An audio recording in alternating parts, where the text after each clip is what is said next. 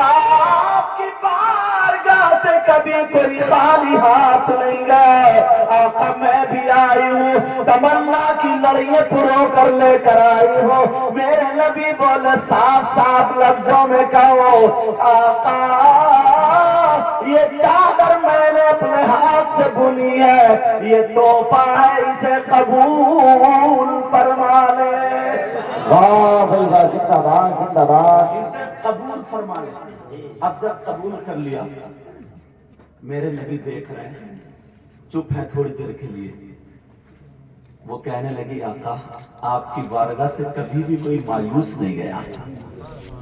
آقا میں مایوس جانا نہیں چاہتا. جی میرے نبی نے اس کو لے لیا. کہنے لگی آقا ایک آرزو ہے. کہا وہ کیا؟ کہا آقا آپ اس کو زیب تن فرما لیں. آسان لفظوں میں کہہ دوں, واہ واہ واہ. آپ اس کو پہن لینا. اب سمجھ جاؤ گا آسان لفظوں. کہا آقا آپ اسے پہن لینا, استعمال کر لینا. حدیث کا مفہوم بتا رہا ہوں میں. آقا اس کو پہن لینا. میرے نبی نے کہا ٹھیک ہے جاؤ.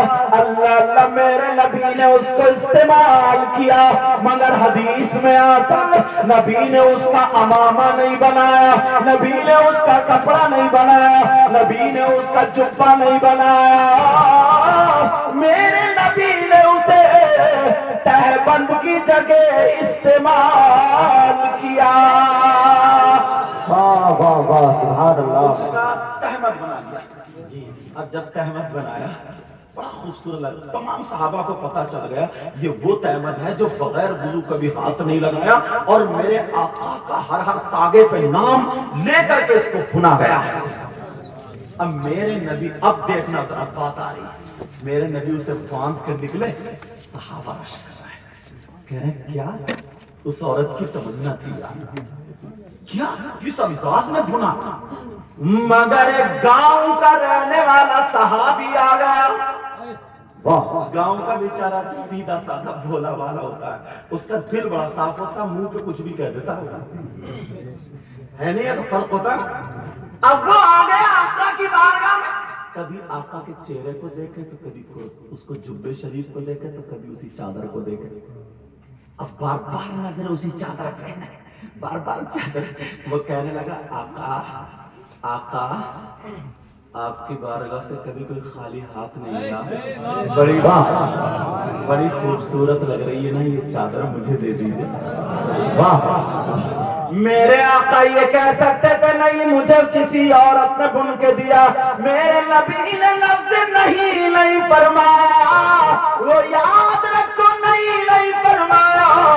میرے نبی بولے غلام میرا کلمہ پڑھنے والے آ جا, میرے پیچھے پیچھے آ جا, تجھے چادر دیے دیتا ہوں. اللہ آگے آگے غلام ہے, پیچھے آگے آگے آتا ہے, پیچھے پیچھے غلام ہے, دونوں چلتے چلے جا رہے ہیں. میرے نبی حضرت عائشہ کے حجرے میں داخل ہوئے, وہ غلام باہر رہ گیا.